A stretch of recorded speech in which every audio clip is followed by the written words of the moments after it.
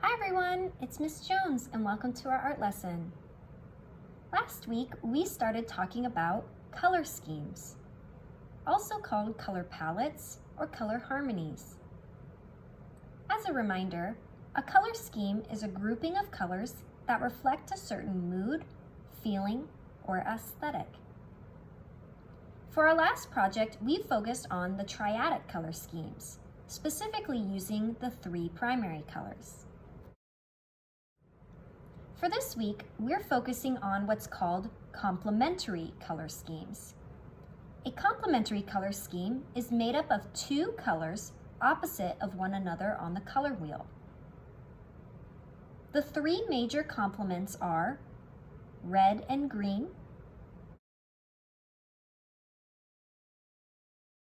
blue and orange, yellow and purple. As you can tell, our main complements are composed of 1 primary and 1 secondary color. Today we're not only going to be learning about complementary colors, we're also going to use our project today to practice the elements of value and form. Now earlier this year we talked about shape, which is 2-dimensional, meaning flat. A form is essentially a 3-dimensional shape, meaning it has height, width, and depth. When we add depth to shapes, they take on forms. Some common forms include spheres, cylinders, cubes, pyramids, and cones. You may be asking, how can I draw something 3-dimensional on a flat piece of paper? Well, for thousands of years, artists have been using what's called value as a way to give the illusion of depth to shapes, making them look like more realistic forms that you may find in our world. Value is essentially how light or dark something is on a scale of black and white, white being the highest value and black being the lowest. Color also has value. You achieve different values by adding white to create tints and blacks to create shades. You can also use pressure to create darker and lighter values. In our seesaw activities, you should have practiced both value and form. These activities will help you with today's project. For our project today, you're going to need 2 pieces of white paper. One is going to be used for our project, and the other is going to be used for practice. So you want to make sure you have 2 so you can practice on one and create your piece on the other. You'll need a pencil and eraser, a ruler, and something to color with, so either crayons or colored pencils. I'm going to use colored pencils. I find they're the best for this project. Make sure you have all of the primary and secondary colors.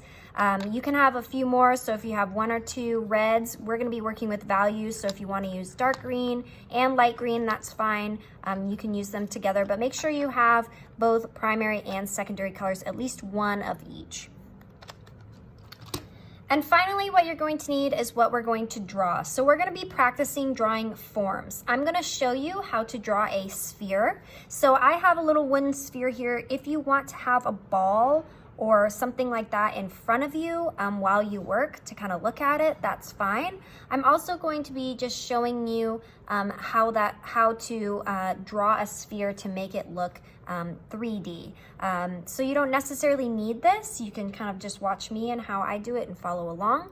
But I find sometimes it's helpful to have it in person. So we're going to be focusing on the sphere as our form today.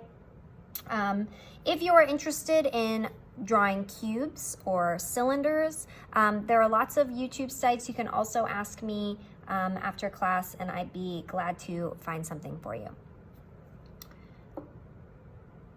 All right, so let's go ahead and get started on our drawing. So grab your paper that you're going to be using for your project here.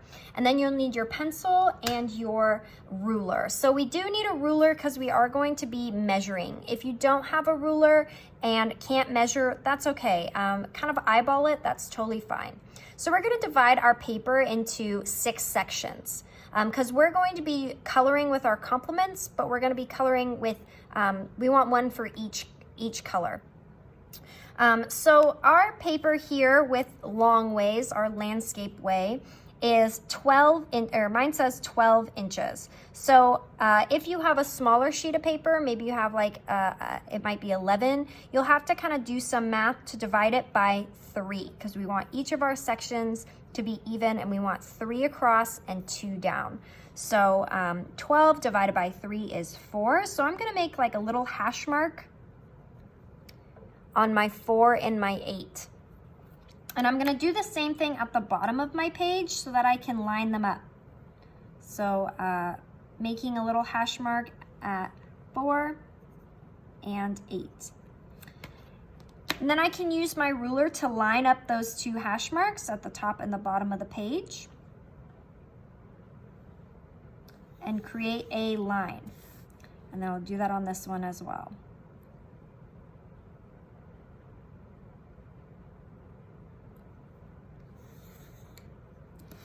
And then we're going to do it the opposite way as well. So we want to divide this in half. So I'm gonna measure this, it's 8.5 about.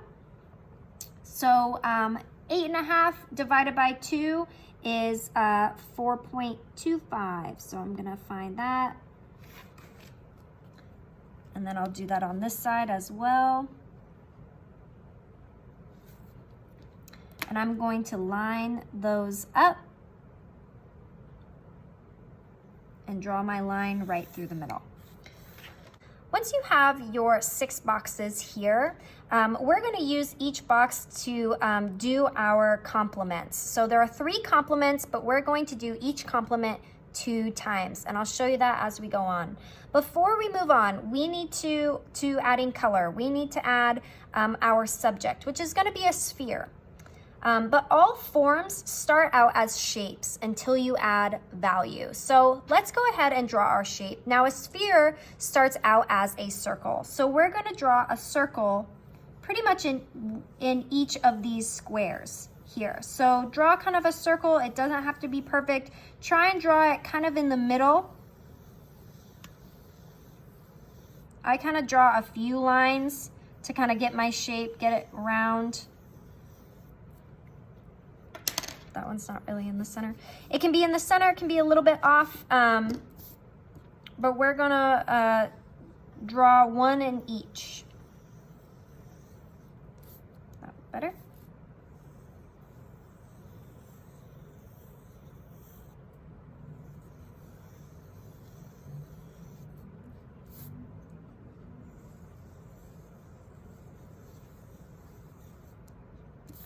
All right, so we should have 6 circles here.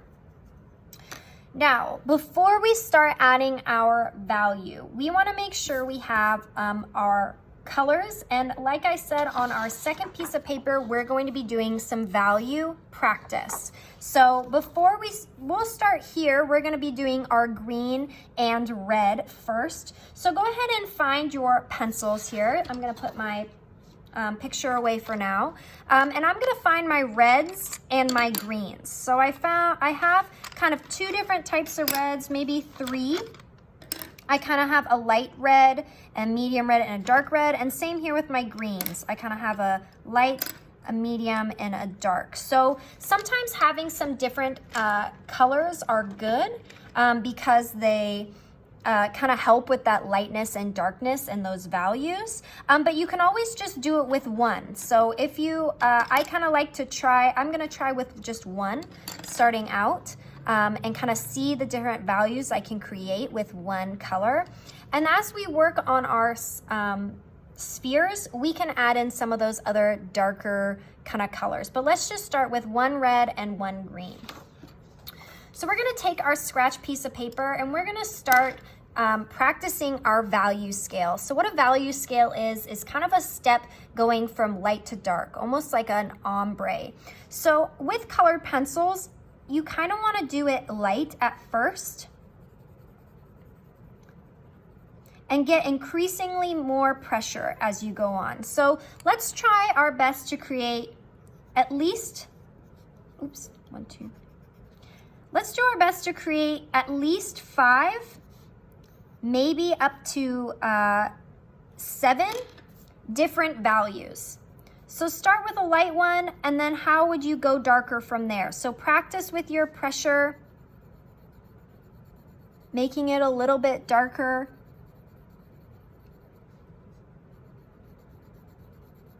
See if there's much of a difference.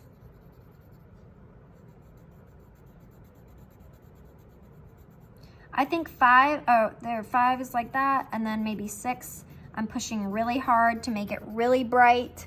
So you can kind of see it light. I'm getting a little bit more, adding a little bit more color to each one. I could kind of get to 6. So I kind of came up with 6 different values here, just with my one red colored pencil, right? If I start to add in another darker color, it might go even darker, right?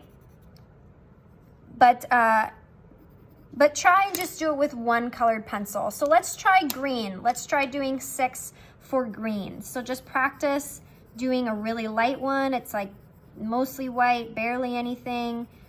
On your 2, you might push a little bit harder. Maybe go over it a little bit more. 3, and I feel like 3 to 2 is often really hard. I have to kind of go over my 3 a little bit more, a few extra times. 4 is even harder than that. I don't want to go directly to all my pressure because we want to create like a nice kind of transition. But I might not even get to 6. I might only get to 5. But you can kind of see how it's transitioning from lighter to darker, right? And this is probably my last final one. So it looks like 6 for colored pencils is pretty good. I can kind of test my other darker ones out to see how those look, maybe. So we want to practice with all of our colors before we go to our spheres. So make sure you kind of get a feel for all your colors. I'll find a yellow and a purple. I'll find a blue and an orange. So I'm gonna go through and do my 6 level value scale for all my colors here with my different pairs. So my red and green, my blue and orange, and then my yellow and purple. So I'm gonna kind of continue going through that. So start doing some of your value scales. This is good practice. So before we get to our spheres, we kind of have a good feeling for how it feels to do a lower value, which is darker, and a higher value, which is lighter.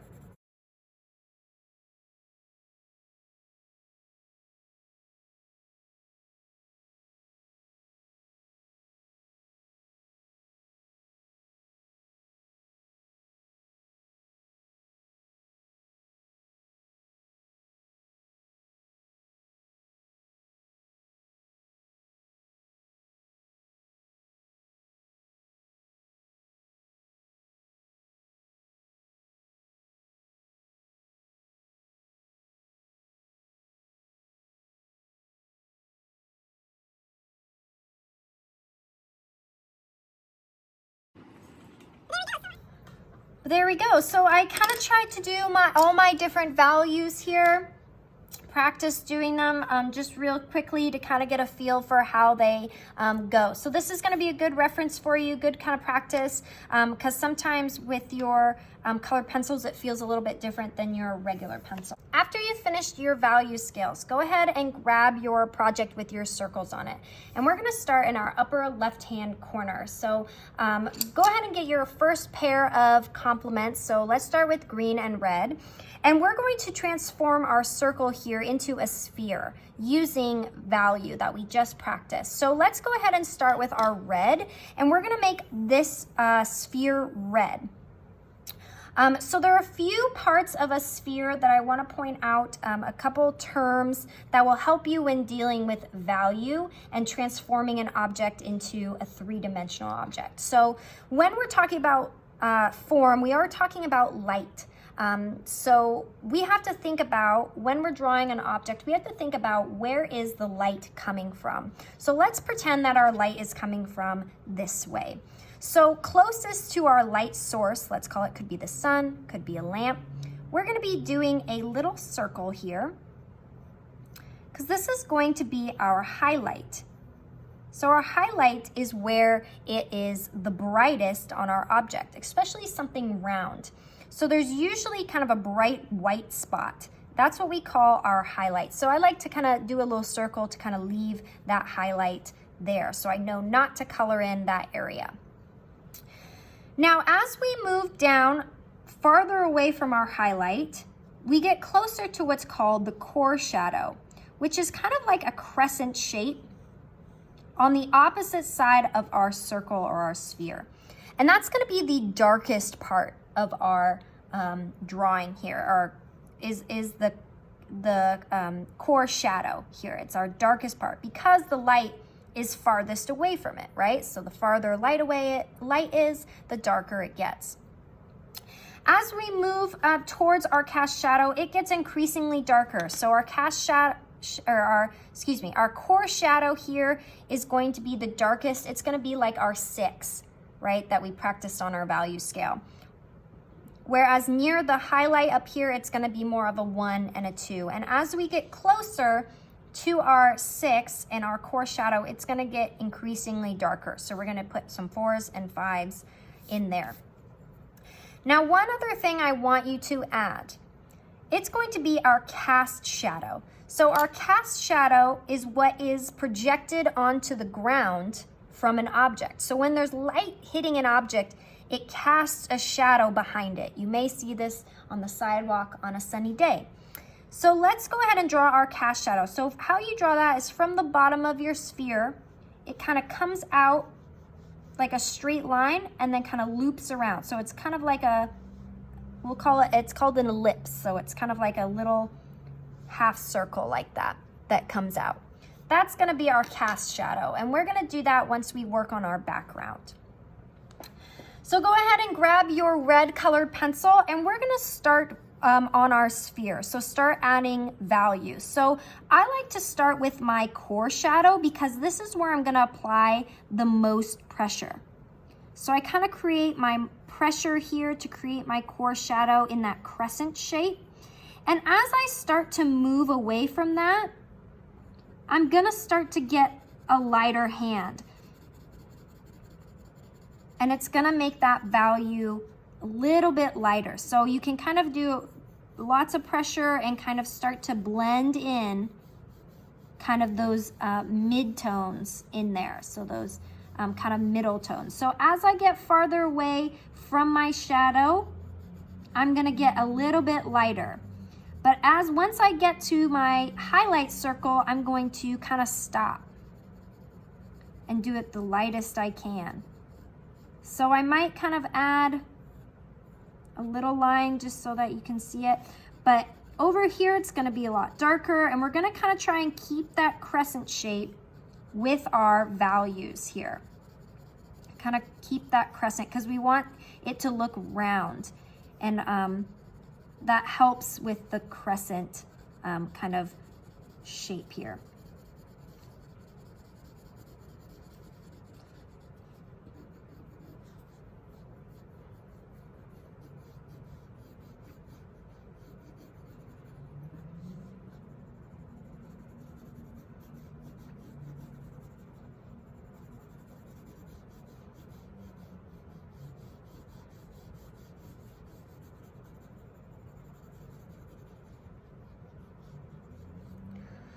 All right, so there's kind of our sphere. You can see a few of our tones, but see how it looks almost like a ball or round. So I'm going to erase my highlight circle here and maybe erase some of my other pencil marks around here so that you don't see them.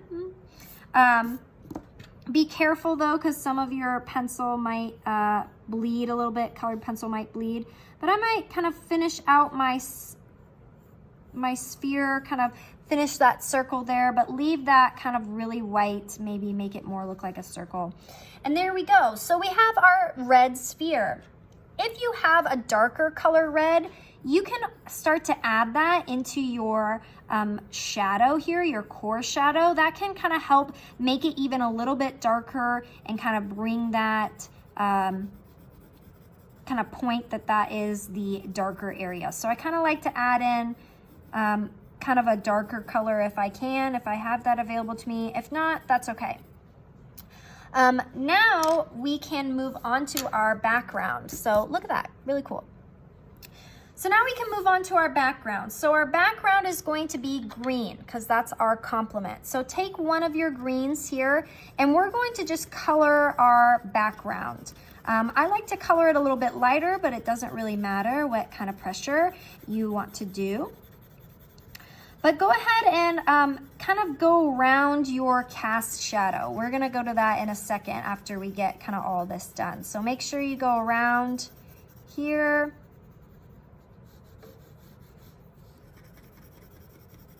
There we go. So there's our background is green. Now, because our sphere is it looks like it's sitting on this green background, we're going to make our cast shadow green. So it's going to be kind of like our sphere. It's going to be darker right next to our sphere because that's the darkest part. And the light kind of goes this way and kind of fades our shadow away. So we're gonna make it really dark right next to our core shadow and then get lighter as we move away from our sphere here.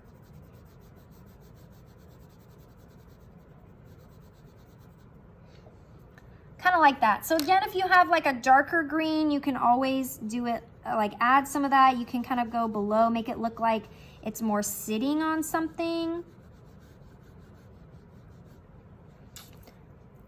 But there's something like that.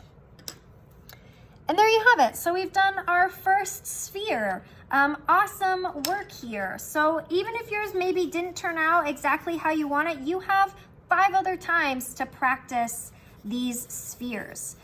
So go ahead and we're going to move on to our next sphere.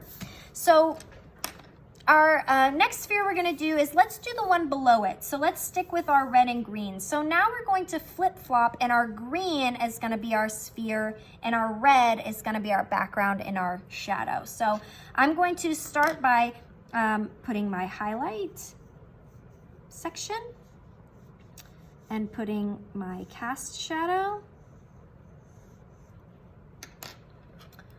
And then I'm gonna start with my shadow here, kind of creating my crescent.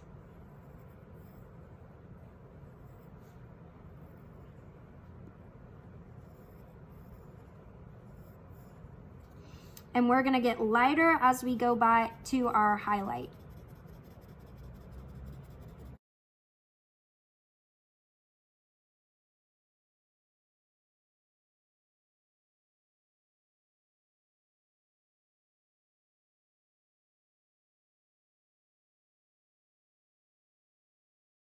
So after we've kind of done some of our, covered our sphere, I'm gonna erase my highlight there. Kind of fill in the other side there.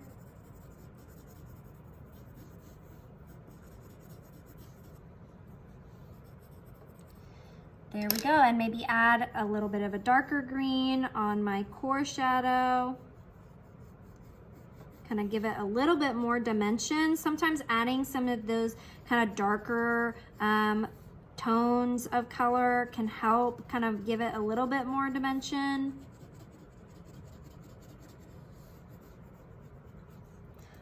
There we go. And now we're gonna move on to our background. So our cast shadow here.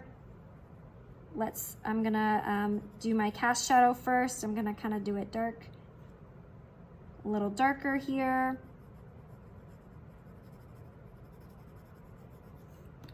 We'll have it kind of get lighter as we go back.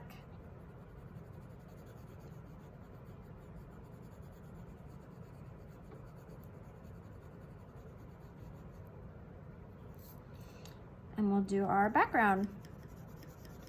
So once you get the hang of these spheres, they become super easy and you'll become a pro really quick, where you go, wow, I can really draw these super fast. They look great, and they're really cool. So keep on practicing. Like I said, if you're interested in learning how to do other forms, there's a lot of videos out there. I can always direct you to one.